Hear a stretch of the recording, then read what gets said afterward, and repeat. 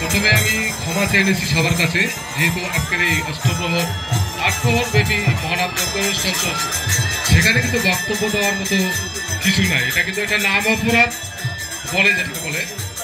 তারপরে আমি সবার কাছে ক্ষমা চেয়ে দিচ্ছি যে দুটো কথা আমাদের সাথে বলতে চাই। আমি আজকে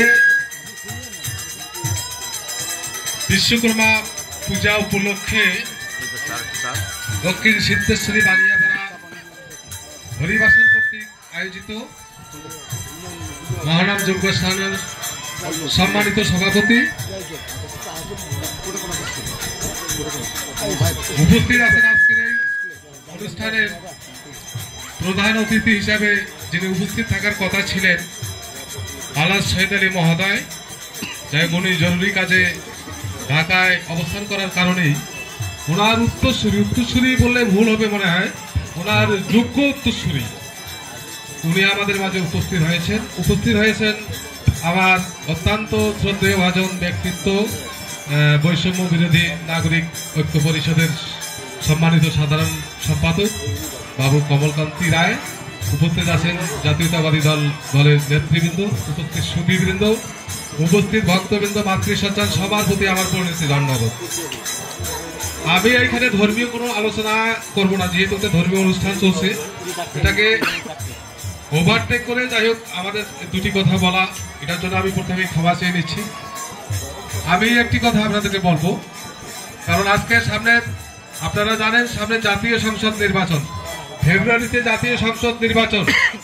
এই নির্বাচন আমাদের এদেশের মানুষের জন্য একটি স্থিতিশীল পরিবেশ সৃষ্টিকারীর জন্য নির্বাচন। কাজেই এই নির্বাচনটা যেন আমরা স্বতঃস্ফূর্তভাবে এই নির্বাচনে যেন অংশগ্রহণ করতে পারি, ভোট দিতে পারি, সেটা কিন্তু আমরা মনে প্রাণে চাবো। তবে আমি উপস্থিত ভক্তবৃন্দের উদ্দেশ্যে একটি কথা বলবো। আপনারা জানেন আমরা শহীদ আলী চাচাকে দুবার কিন্তু নির্বাচন করেছি উপজেলা পরিষদের, সুযোগ্য একজন উত্তরসূরি, যোগ্য নেতৃত্ব।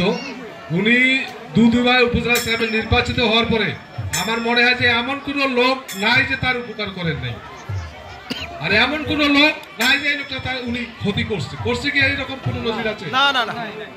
কাজেই এই জাতীয় সংসদ নির্বাচনে উনি যদি ধানের শীষ নিয়ে আমাদের মাঝে চলে আসে, আমরা ভোট দিব না ওনাকে? কাজেই আমরা চাবো, কমলদা কিছুক্ষণ আগে ব্যাখ্যা দিচ্ছেন যে আমরা বিভিন্ন অনুষ্ঠান করি, এই যে ধর্মীয় অনুষ্ঠানগুলো যে করি, বিশেষ করে উনি ওনার উপস্থিত থাকেই বরাবর। বাবু ভাইয়ের সাথে অবশ্য আমি বেশ কিছু অনুষ্ঠানে ছিলাম, ওনারা যে কোনো অনুষ্ঠানে সাহায্যের হাত কিন্তু বাড়িয়ে দেয়। আজকে আমরা যে অনুষ্ঠানে এই যে প্রসাদীর জন্য যে আমরা হয়তো 1 টন চাল পাবো, এটাও কিন্তু ওনাদের সহযোগিতা কিন্তু আমরা পেয়েছি। কাজে এইরকম আমরা যখন যোগ্যতা সম্পন্ন ব্যক্তিকে যদি নির্বাচন করি, তাহলে অবশ্যই আমাদের বিভিন্ন সমস্যাগুলো সমাধান করার সুযোগ আমরা পাবো, তার কাছে অবাধে যেতে পারবো। আমার মনে হয় উনি যখন উপজেলা পরিষদে ছিলেন, অনেকেই আমরা কিন্তু তার কাছে গেছিলাম, বিভিন্ন মন্দির প্রতিষ্ঠান, বিভিন্ন ধরনের কার্যক্রম নিয়ে গেছি। আমার মধ্যে হতাশ হয়ে কেউ ফেরেন নাই ওনার কাছে। তাহলে আমরা কি আগামী নির্বাচনে ওনাকে দেখতে চাই? আমরা স্বতঃস্ফূর্ত ভাবে ওনাকে যদি নির্বাচন করতে পারি, এই আশাবাদ ব্যক্ত করে আমি আমার সংক্ষিপ্ত কথা শেষ করছি। সবাইকে ধন্যবাদ।